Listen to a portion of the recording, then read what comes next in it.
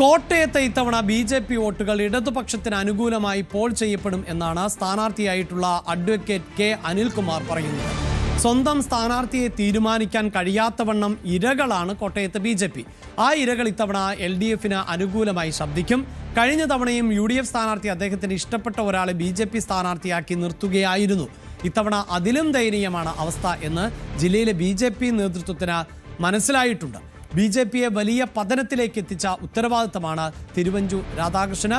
കോട്ടയം നഗരത്തിലെ 27,000 വോട്ടുകൾ SIR നടപ്പിലാക്കിയതിലൂടെ ഇല്ലാതായിട്ടുണ്ട്. ഈ വോട്ടുകൾ എല്ലാം UDFിൻ്റെതാണ് എന്ന് ഇടതുമുന്നണിയുടെ ആത്മവിശ്വാസത്തിന്റെ പ്രധാന കാരണമായി ഇത് മാറിയിട്ടുണ്ട് എന്നുമാണ് അദ്ദേഹം പറയുന്നത്. കോട്ടയത്തെ ആകാശപാത ആവശ്യമില്ലാത്ത പദ്ധതിയായി മാറിക്കഴിഞ്ഞുവെന്നും അനിൽകുമാർ ന്യൂസ് 18നോട് പറഞ്ഞു. കോട്ടയത്ത് അതിശക്തമായ പോരാട്ടത്തിന് വീണ്ടും കെ അനിൽകുമാർ കളത്തിലിറങ്ങിയിരിക്കുകയാണ്. CPMനെ സംബന്ധിച്ച് ഒരു അഭിമാന പോരാട്ടം നടക്കുന്ന മണ്ഡലം കൂടിയാണ് കോട്ടയം. അവിടെ പലതരത്തിലുള്ള പ്രചരണ വ്യത്യസ്തതകൾ നമ്മൾ കാണുകയാണ്. ഇത്തവണ അനിൽകുമാർ ഇപ്പോൾ ബോട്ടിൽ പര്യടനം നടത്തിക്കൊണ്ട് കോട്ടയത്തിന്റെ പടിഞ്ഞാറൻ മേഖല അടക്കമുള്ള ഇടങ്ങളിലെ വോട്ടർമാരെ കാണാൻ പോവുകയാണ്. നമുക്കൊപ്പം അനിൽകുമാർ ചേരുന്നുണ്ട്. ഈ മീനന്തലയാർ പദ്ധതിയൊക്കെ കൊണ്ട് ഈ വഴി ഒരുപാട് നടന്ന ആളാണ്. അപ്പൊ അതുകൊണ്ടുകൂടിയാണോ ഇങ്ങനൊരു പ്രചരണ ശൈലി? അതെ, ഇത്തവണ നമ്മൾ തെളിച്ചെടുത്ത പുഴയിലൂടെയാണ് തുടങ്ങുന്നത്. 1650 കിലോമീറ്റർ തോടുകളും പുഴകളും നമുക്ക് തെളിച്ചെടുക്കാനായി. ഇതിന്റെ എൻഡായിട്ടുള്ള പതനസ്ഥാനമായ പഴുക്കാനിലക്കായൽ തെളിക്കാൻ 103 കോടി രൂപയുടെ പദ്ധതി കിബി ഇപ്പം അനുഭവിച്ചു കഴിഞ്ഞു. അത് പൂർത്തിയാക്കാൻ നടക്കാൻ പോവുകയാണ്. ഇത്തരൊരു പശ്ചാത്തലത്തിൽ വെള്ളപ്പൊക്കം ഇല്ലാത്ത കോട്ടയം സാധ്യമാകാൻ പോകുന്നു. പുഴയിൽ ഇത് സാധിക്കുമെങ്കിൽ എന്തുകൊണ്ട് റോഡിലെ ബ്ലോക്ക് ഒഴിവാക്കാൻ കഴിയില്ല? ഇത് കമ്മ്യൂണിക്കേറ്റ് ചെയ്യാൻ തക്കവണ്ണമുള്ള ഏറ്റവും പ്രധാനപ്പെട്ട ഞങ്ങൾ തെളിച്ച പുഴകളാണ് ഇതൊക്കെ. ഇവിടെ ബോട്ട് വരില്ലായിരുന്നു. ഇവിടെ പറയുന്ന കോടിമതയിൽ ബോട്ട് വരുന്ന തടസ്സപ്പെട്ടിരുന്നു. ഞങ്ങൾ തെളിച്ചെടുത്താണ് ബോട്ട് കൊണ്ടുവന്നത്. അതിലൂടെ ഈ ബോട്ട് യാത്ര നടത്തുകയാണ്. നല്ല ആത്മവിശ്വാസമുണ്ട്. ഈ കോട്ടയത്തിന്റെ ഒരു പ്രധാന ചിഹ്നമായി നിൽക്കുന്നത് ഈ എന്താ പറയുക, നമ്മുടെ ആകാശപാതയൊക്കെയാണ്. അപ്പൊ അത് 3-4 മാസം കൊണ്ട് തന്നെ യാഥാർത്ഥ്യമാക്കുമെന്നാണ് MLA ഇപ്പോൾ പ്രഖ്യാപിച്ചിരിക്കുന്നത്. എങ്ങനെയാണ് അതിനുള്ള? കോട്ടയം നഗരത്തിന് ബൈപ്പാസ് വേണം, കഞ്ഞിക്കുഴിക്ക് ബൈപ്പാസ് വേണം, ചിങ്ങവനത്തിന് ബൈപ്പാസ് വേണം. MC റോഡിൽ കേരള സർക്കാരിൻ്റെ പദ്ധതി എന്ന് പറയുന്നത് 4 വരിപ്പാതയാണ്. ആ 4 വരിപ്പാതയായിട്ടത് മാറ്റാൻ ശ്രമിക്കുമ്പോൾ എങ്ങനെയാണ് അതിനപ്പുറത്ത് മറ്റൊരു കാര്യം ഉണ്ടാവുക? അതുകൊണ്ട് കോട്ടയത്തിനാവശ്യം 4 വരിപ്പാത. ഇന്നത്തെ MC റോഡ് എന്ന് പറയുന്നത് ബൈപ്പാസ് ചെയ്ത് 4 വരിപ്പാത MC റോഡിൻ്റെ പദ്ധതിയാക്കുക. അങ്ങനെ വരുമ്പോൾ അതിൻ്റെ മേലെ കയറേണ്ട ആവശ്യക്കാരില്ലാതെ വരും. ആകാശപാത വേണ്ടി വരില്ല. ഒരാവശ്യം ഇപ്പോഴും ഇല്ല.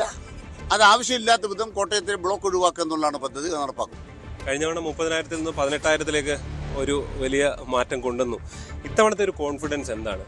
ഒന്ന്, കഴിഞ്ഞ തവണ UDFിൻ്റെ കൂടെ കോട്ടയത്ത് നിന്ന് ഒരു വിഭാഗവും അവരോടൊപ്പം ഇല്ല. മത, സാമൂഹ്യ, സാമുദായിക വിഭാഗങ്ങളാവട്ടെ, അവരാരും UDFിനോട് ഇന്ന് ആഭിമുഖ്യം പ്രകടിപ്പിക്കുന്നില്ല. 10 കൊല്ലമായിട്ട് കോട്ടയം വികസനത്തിൽ പുറകോട്ടായി എന്ന് എല്ലാവരും സമ്മതിക്കുന്നു. അത് മാറ്റം എന്തുകൊണ്ടുണ്ടായി? ആ കുറവ് പരിഹരിക്കാൻ LDFിനെ കഴിയും.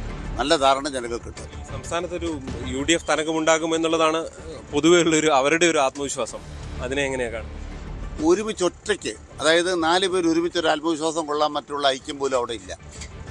4 നേതാക്കന്മാർ ഒരുമിച്ച് നിന്ന് ഒരുമിച്ച് പറയാൻ തക്കമുള്ള ആത്മവിശ്വാസം അവിടെ ഇല്ല. ഒരാൾ കപ്പ വിഴുങ്ങാൻ പോകുന്നു, അപ്പോൾ വേറൊരാൾ വേറൊരു വഴിക്ക് പോകുന്നു. 4 ആൾ ഒരുമിച്ച് നിൽക്കും അതിനകത്ത്.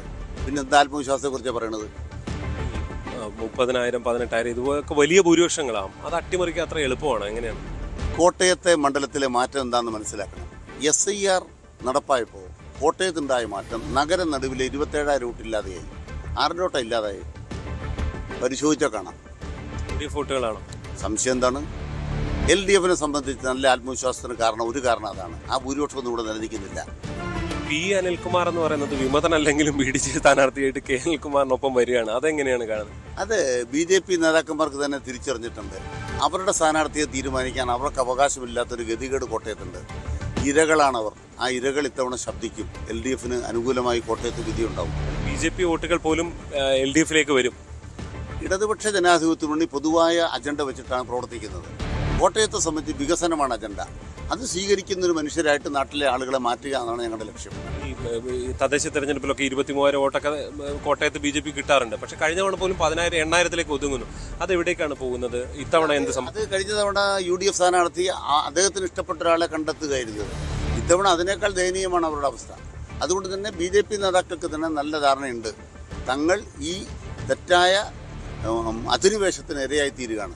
BJP ഒരിക്കലും UDFിനെ തവണ സഹായിക്കുമെന്ന് പ്രതീക്ഷിക്കുന്നില്ല. അവർക്ക് സഹായിക്കാനാവാത്ത വിധം പതനത്തിലേക്കാണ് അവരുടെ പ്രസ്ഥാനത്തെ ഇദ്ദേഹം കൊണ്ടെത്തിച്ചത്. എന്തായാലും കെ അനിൽകുമാറിന്റെ ഒരു ആത്മവിശ്വാസം അതാണ്. ഇത്തവണ കോട്ടയം എന്ന UDFന്റെ കോട്ട എന്ന കോട്ട അത് അട്ടിമറിക്കും എന്ന് തന്നെ അനിൽകുമാർ ആത്മവിശ്വാസം പ്രകടിപ്പിക്കുകയാണ്. അദ്ദേഹത്തിന്റെ ഈ കായലിലൂടെയുള്ള യാത്ര തുടരുകയാണ്. കോട്ടയത്ത് നിന്ന് ജി ശ്രീജിത്ത്, ന്യൂസ് 18. വലിയ ആത്മവിശ്വാസം പ്രകടിപ്പിക്കുമ്പോൾ വ്യത്യസ്തമായൊരു പ്രതികരണം കൂടിയാണ് ശ്രീജിത്ത് അനിൽകുമാറിന്റെ ഭാഗത്തു നിന്നുണ്ടാകുന്നത്. കേരളത്തിൽ ഡീൽ ചർച്ച ചെയ്യപ്പെടുന്ന ഒരു സമയം, അതായത് BJPയും CPIഎമ്മും തമ്മിൽ അന്തർധാരയുണ്ട് എന്നൊക്കെ പറയുമ്പോൾ BJPയുടെ വോട്ടുകൾ തനിക്ക് ലഭിക്കുക തന്നെ ചെയ്യും എന്ന് അനിൽകുമാർ പറയുന്നു. പക്ഷേ അതിന്റെ കാരണം മറ്റൊന്നായാണ് അനിൽകുമാർ വിശദീകരിക്കുകയും ചെയ്യുന്നത്.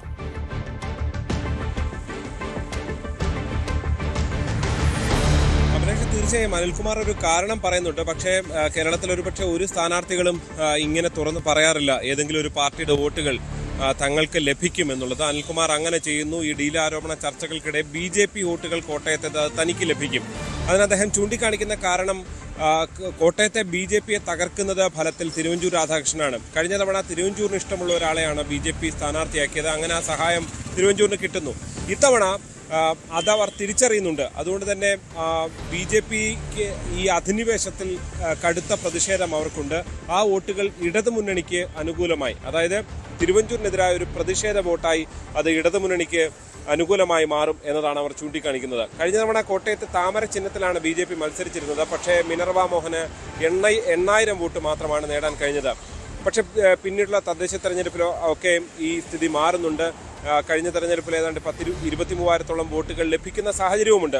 പക്ഷേ എന്നിരുന്നാൽ തന്നെ നിയമസഭാ തെരഞ്ഞെടുപ്പിൽ ആ ഒരു പാറ്റേണിലേക്ക് കോട്ടയത്ത് എത്തുന്നില്ല എന്നുള്ളതാണ് BJP നേതൃത്വത്തിന്റെ മുന്നിലുള്ള ആശങ്ക. അതുകൊണ്ട് തന്നെ ഇത്തവണ അവർ ലിജിൻ ലാലിനെ മറ്റോ കളത്തിലിറക്കി പരമാവധി വോട്ടുകൾ, ജില്ലാ അധ്യക്ഷനെ തന്നെ കളത്തിലിറക്കി പരമാവധി വോട്ടുകൾ ശേഖരിക്കുക എന്നതായിരുന്നു അവരുടെ തന്ത്രം. നമുക്കറിയാം, പലപ്പോഴും തിരുവഞ്ചൂർ BJP കൂട്ടുകെട്ട് എന്ന ആരോപണം ഉയർന്നിരുന്നതാണ്.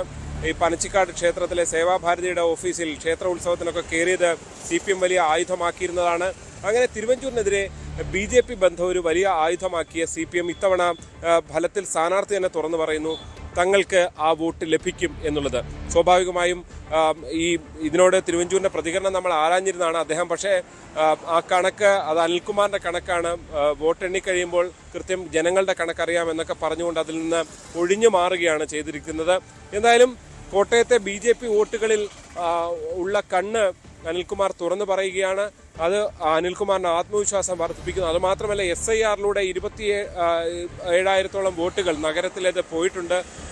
അതുകൊണ്ട് തന്നെ അത് UDF വോട്ടാണെന്ന് കൂടി അനിൽകുമാർ പറയുന്നു. എന്തായാലും ഇതിനെ UDF അല്ലെങ്കിൽ BJP ഇതിനോട് എന്തായിരിക്കും പ്രതികരിക്കുക എന്നതാണ് ഇനി പ്രധാനപ്പെട്ടത്. അഭിലാഷ്.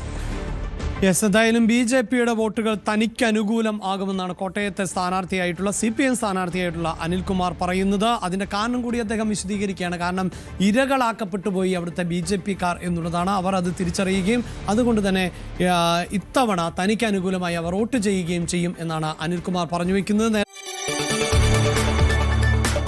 കൂടുതൽ വാർത്തകൾക്ക് News 18 Keralam YouTube channel subscribe ചെയ്യുക.